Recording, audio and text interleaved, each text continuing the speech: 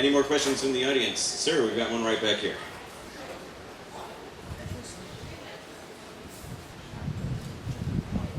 Thank you. Mr. Pillow, I want to ask you something. About Christopher Reeve, one of the saddest things in my life is I couldn't get in touch with him, and he died. But I want to ask you about the stories around, the early stories around the filming of Superman 4. He was very, I don't know how to say in English, sorry. Disappointed? No. The other thing, he was compromised with the movie. He was so involved more than the other three movies. I read that he was like his personal project. What do you feel about Christopher Reeve compromise with the movie, for Superman 4 especially? Because there are about 4 years after the last Superman movie. And I read this was his personal project. He was involving in filming, he was involving with ideas, yes. He cooperates with Lawrence Conner and Mel Rosenthal. What is your experience of the love of Christopher Reeve for this filming project?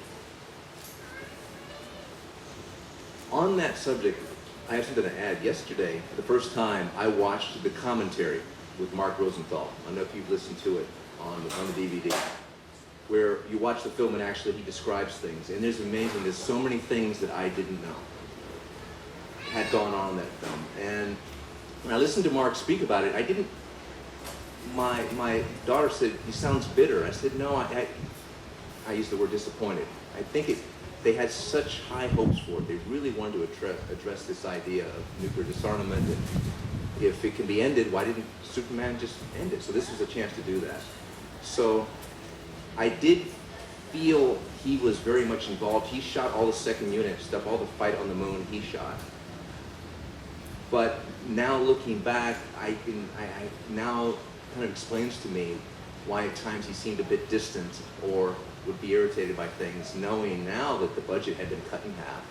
A lot of the things that he wanted to do were removed. The first Nuclear Man, who Clive Mantle was wonderful. So I did sense that something wasn't quite right. And it's odd when you're 27 years old, your first film, you tend to think, well, maybe something I'm not doing for him. But it was not the case at all. It was much bigger than that. But this was very much a pet project for him, and I think he would love to have been what he envisioned. So does that kind of raise your game a little bit when you're working with, because you're working with actors who are just kind of there collecting a paycheck, you come in, you do your thing. Not to say that, of course, not doing your job as a professional, but when you see that other people are so passionate, it's like you working with a crew that everybody's involved in it. Did that kind of, well, of course, I'm working with Gene Hackman, I'm sure that kind of makes you raise your game a little bit. But you were able to experience that from Chris. You were able to feel his dedication. Yes. And really. Absolutely, and especially when we're doing the fight on the moon, because he covered it from every angle. He wanted to really put his stamp on it, and I felt like from the moment we arrived in the morning till we walked out of the dark at night, he was totally committed to.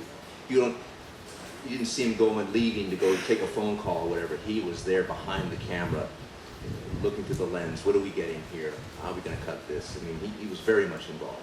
So yeah, and you did go on to do other directing and stuff after Superman 4.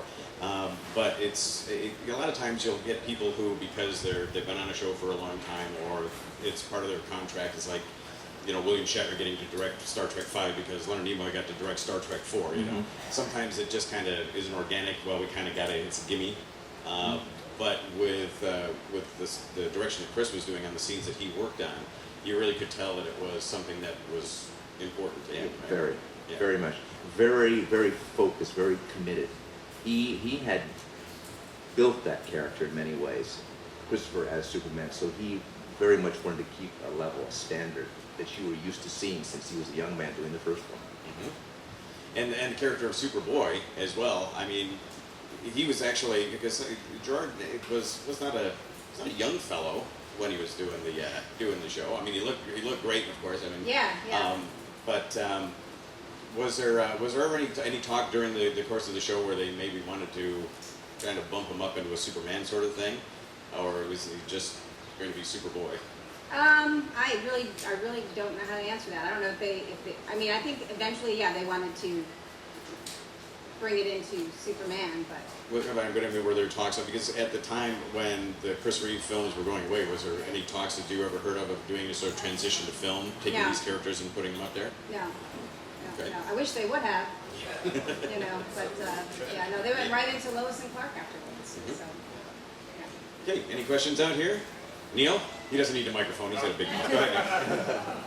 Yes, Neil. Got one for Mark. Yes, ma'am. Mentioned Gene a couple of times. When you actually signed on to the project, was it known already at that time that Gene's voice would be your voice, and why exactly they chose to go that direction?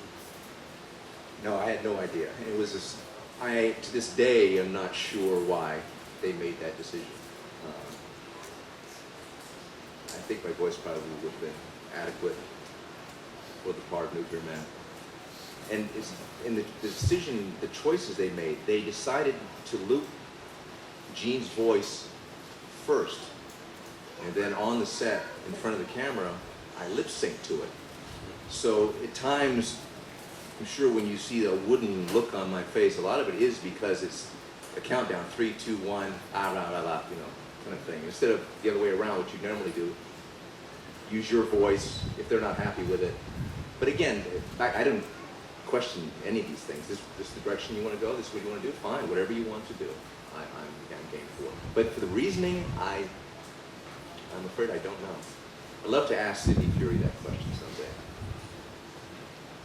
So doing the effects stuff, because we do want to kind of cover that a little bit as well. The way that things ended up coming across on the screen because of the budget getting cut like that. But you could tell that the elements, the thinking behind it, the way that it was storyboarded out, I'm sure, and everything, there were really some good ideas, there were some really good concepts that we hadn't seen before in a Superman film. So when you were shooting it, could you, and being familiar with the earlier films, did you kind of say, hey, this is pretty cool? I mean, this is stuff that's really Yes, kind of, yeah. yes, the time. And then you keep envisioning what it's going to look like when everything's been added. And you remove the wires, and you know, how are things going to look against? Well, we filmed against a blue screen. I use a green now, I think. But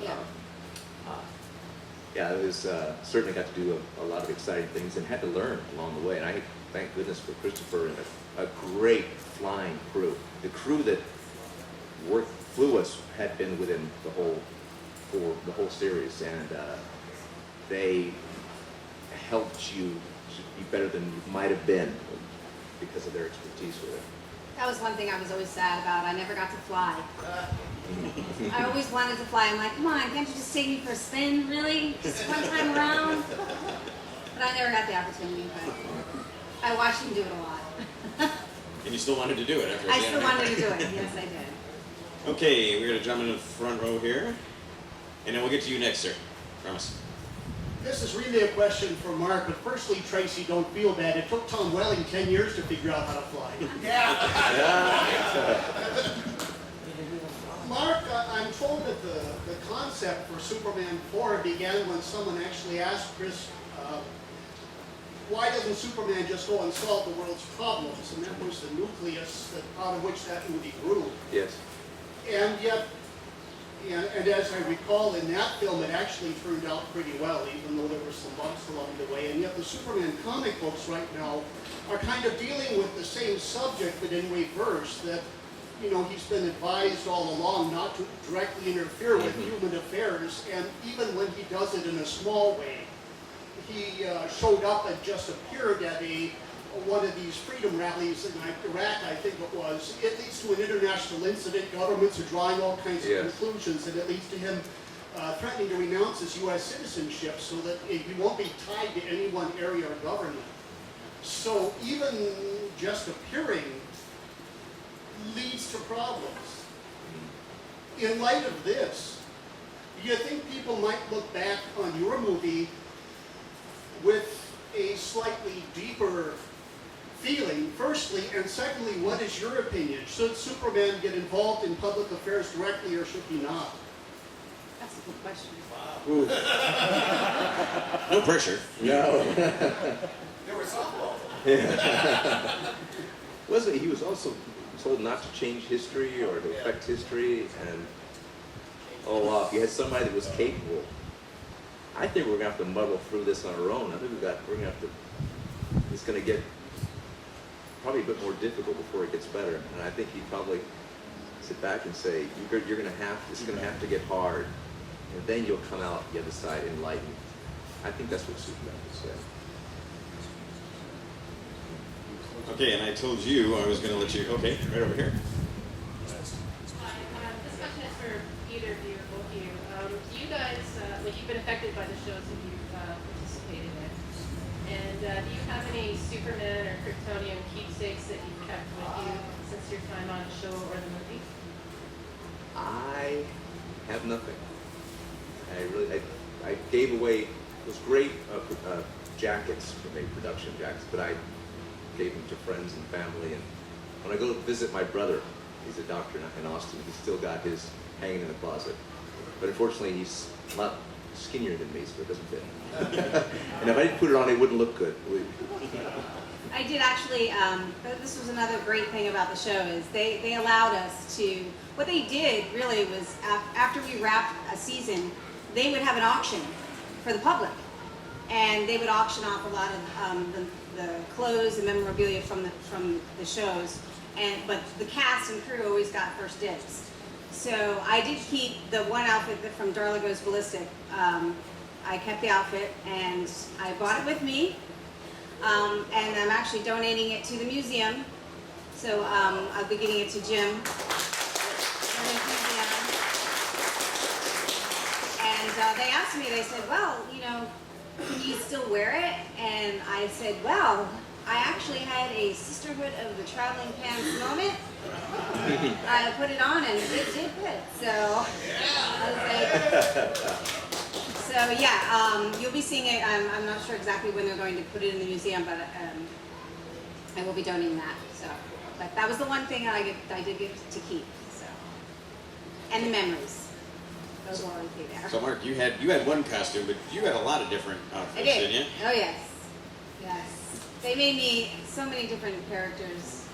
I mean, I think the worst was when they wanted me to be a priest.